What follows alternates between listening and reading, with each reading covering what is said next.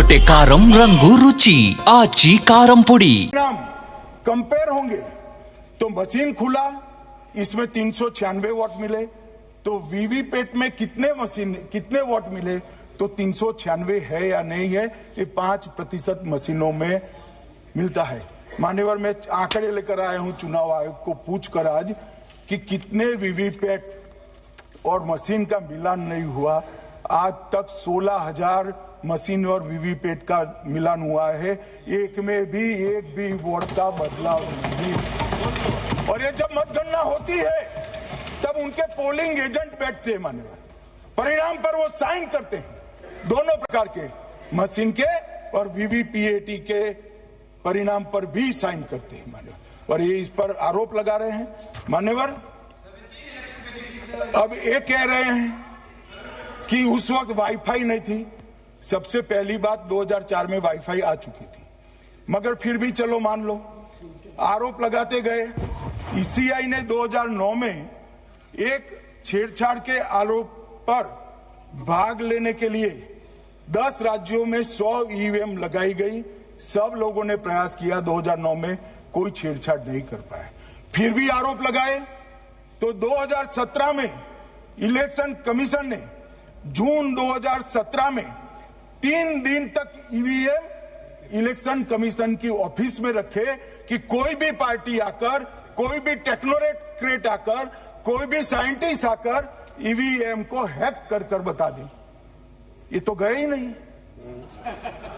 ये नहीं गए मान्यवर। ये सिर्फ प्रेस में आरोप करते, ना अदालत में जाते हैं, ना चुनाव आयोग के पर जाते मान्यवर, मगर एक्सपर्ट भी नहीं गए।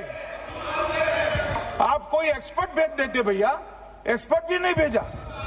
और मान्यवर 2017 में फिर चुनाव आयोग इस निर्णय पर पहुंचा कि आने वाले सब चुनाव ईवीएम से होते हैं। अब चुनाव आयोग ने तो निर्णय कर दिया, मगर मैं भी साहब थोड़ा ज्यादा सोचता हूं। तो मैंने सोचा साला ये चुनाव आयोग कहता है कुछ नहीं हो रहा है, कुछ नहीं हो रहा है, तो ये लोग आरोप क्यों लगा रहे?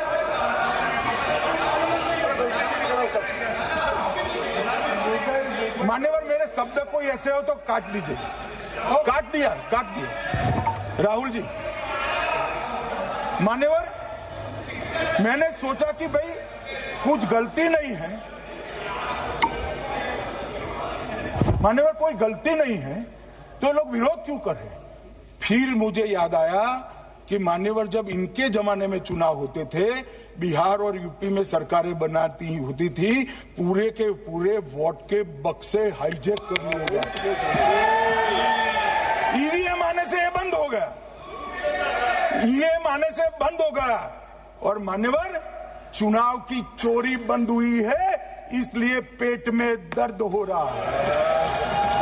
ईवीएम का दोष नहीं है, चुनाव जीतने का तरीका जनादेश नहीं था, करप्ट प्रैक्टिसेस थी, इसके कारण चुनाव जीतते थे।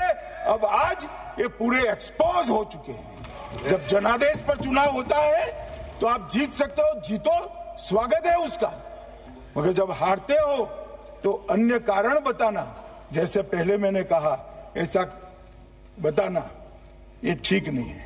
मान्यवर, कल मैंने लीडर ऑपोजिशन का भाषण स्वयं यहां बैठकर सुना है। पूरा भाषण उनका धागों में उलझ गया, थ्रेड्स में उलझ गया। मान्यवर, ये कहते हैं पीएम का शेड्यूल देखकर चुनाव आयोग चुनाव तय करता है। मेरा सभी सांसद महोदय से करबद्ध निवेदन है कि चुनाव होने के पहले के 1 महीने पीएम का शेड्यूल, और पीएम को लगभग 24 और 16 कितना होता है, 40 महीना हो गया। इसमें से किसी भी 1 महीने का शेड्यूल दिखाओ। पीएम की गति ही इतनी है, कोई भी महीना उठाओगे तो इतने ही प्रवास करते हैं। मानवर, इसको चुनाव का कोई लेन देन नहीं है। हमारे प्रधानमंत्री जनसंपर्क में आजादी के बाद सबसे ज्यादा प्रवास करने वाला प्रधानमंत्री। और मैं जानता हूं साहब, मैं जानता हूं नरेंद्र मोदी जी को 2001 से मैं बता सकता हूं एक भी दिन की छुट्टी नहीं, एक भी वैकेशन नहीं, लगातार जनता का काम करना। मैंने कभी नहीं देखा उनको वैकेशन में। कई बार इनका अनुकरण करने का प्रयास करते हैं तो बीपी बढ़ जाता है। इतना ये फिर रुक जाएंगे फिर। मान्यवर, ये पूरी चर्चा चुनाव सुधार पर थी। मैंने आज ये भी जांच करा।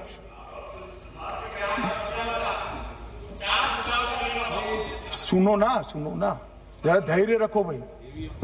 मान्यवर, मैंने आज सुबह चुनाव आयुक्त के वहां जांच कराई। जांच मतलब कोई गोपनीय चीज नहीं पूछी है, आप इसका इश्यू मत बने। मैंने ये पूछा कि चुनाव सुधार के लिए मई 2014 के बाद कौन सी पार्टी से कितने आवेदन आपको मिले, क्योंकि चुनाव सुधार जो करना है इसकी प्रक्रिया क्या है। मान्यवर, चुनाव सुधार सभी राजनीतिक दलों के साथ चर्चा कर चुनाव आयोग भारत सरकार के विधि मंत्रालय को भेजता है और विधि मंत्रालय इसका कानून बनाकर संसद के सामने रखता है। ये प्रक्रिया है। तो मैंने सोचा कि इतना बड़ा हो हल्ला हुआ तो ढेर सारे चुनाव सुधार कांग्रेस पार्टी ने दिए होंगे, तो मैं जरा उसका पूछा कर दूं, लगे हाथ तो इसकी भी बात कर लूं। इसमें गोपनीय क्या है? तो मैंने पूछा तो साहब मुझे एक रहस्य मालूम पड़ा कि आज तक मई 2014 से चुनाव आयोग को एक भी चुनाव सुधार का सुझाव कांग्रेस पार्टी से नहीं है। मान्यवर,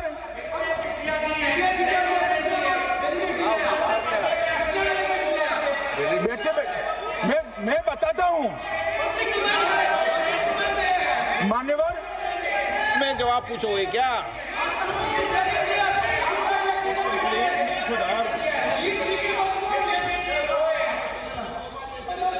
आप भी बोले, हर बोलने पर एक एक बार उठेंगे क्या?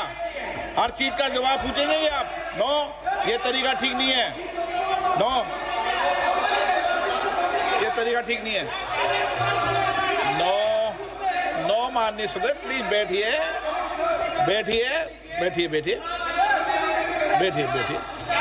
बैठिए। अच्छी परंपरा रखें।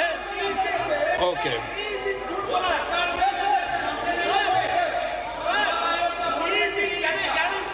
नो प्लीज, हर 2 मिनट नहीं उठते। अच्छी है। नो, ऐसी नो, प्लीज बैठिए आप। प्लीज बैठिए।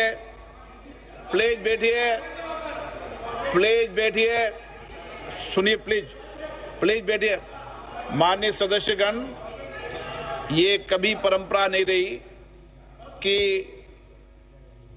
सत्ता पक्ष और प्रतिपक्ष का कोई भी माननीय सदस्य कभी बोल रहा हो तो हर विषय पर बैठे बैठे टिप्पणी करना या हर विषय पर खड़े होकर सवाल पूछना, ये परंपरा कभी नहीं रही।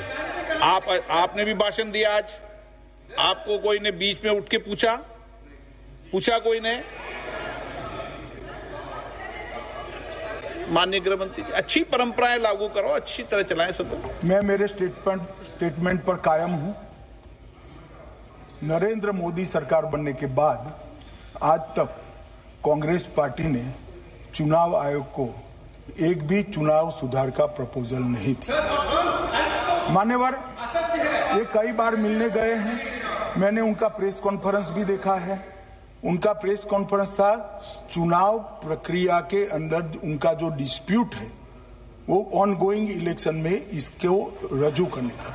चुनाव सुधार जो होता है, चुनाव के पहले चुनाव के नियम जो तय होते हैं, इसके लिए सभी दलों को बाकायदा पत्र लिखा जाता है और कोई मांगे तो उसको समय भी देना पड़ता है। ये दो अलग चीजें। माननीय गृह मंत्री, मान्यवर, 1 मिनट गृह मंत्री। माननीय सदस्यगण, सदन का समय माननीय गृह मंत्री जी के वक्तव्य समाप्ति तक बढ़ाया जाता है। माननीय गृह मंत्री जी। मान्यवर, कर विपक्ष के नेता ने 3 सवाल पूछे थे और 4 सुझाव दिए थे। पहला सवाल था मुख्य न्यायाधीश को चयन समिति से बाहर क्यों निकाला गया, पहला सवाल था। दूसरा सवाल था दिसंबर 2003 में कानून बदलकर चुनाव आयोग को पूर्ण प्रतिरक्षा क्यों दी गई? और तीसरा शार्प क्वेश्चन था, सीसीटीवी फुटेज 45 दिन में नष्ट करने का कानून क्यों लाए? कानून नहीं लाए हैं, सर्कुलर चुनाव आयोग ने इश्यू किया है, मगर ठीक है, हार्द मैं समझ रहा हूं, ये क्यों कर रहे हैं? ये 3 इसके जवाब थे। मान्यवर, मैं इसमें से सबसे पहले सवाल का जवाब देना चाहता हूं। मान्यवर, मुझे पूरा सुनकर जरा आप आपत्ति लीजिएगा, क्योंकि मैं बताऊंगा तो पास से ही, मगर वर्तमान का भी जवाब दूंगा। मान्यवर,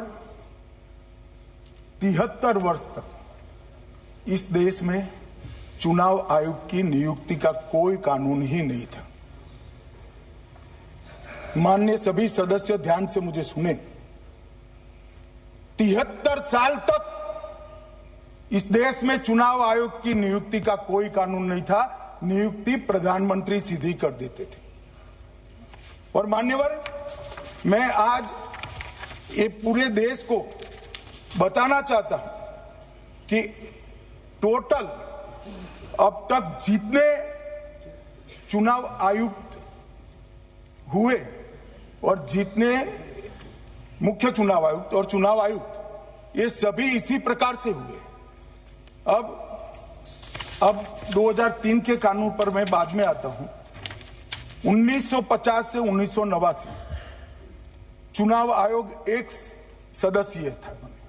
प्रावधान क्या था? कोई कानून नहीं था। प्रधानमंत्री जी फाइल भेजते थे राष्ट्रपति जी को और राष्ट्रपति जी नोटिफिकेशन बहाल नहीं करते। तो भाई उस वक्त बरोबर चुनाव था, सबसे अच्छा था। नहीं, मैं ये नहीं पूछता नियुक्ति की प्रक्रिया। मान्यवर, पूरा उनका 55 साल प्रधानमंत्री जी ने ही चुनाव आयुक्त को नियुक्त किया, तब तक कोई सवाल नहीं था। और नरेंद्र मोदी करते हैं तो उन पर सवाल उठाते हैं, मगर हमने తెరకొట్టే కారం రంగు రుచి ఆచి కారం పొడి।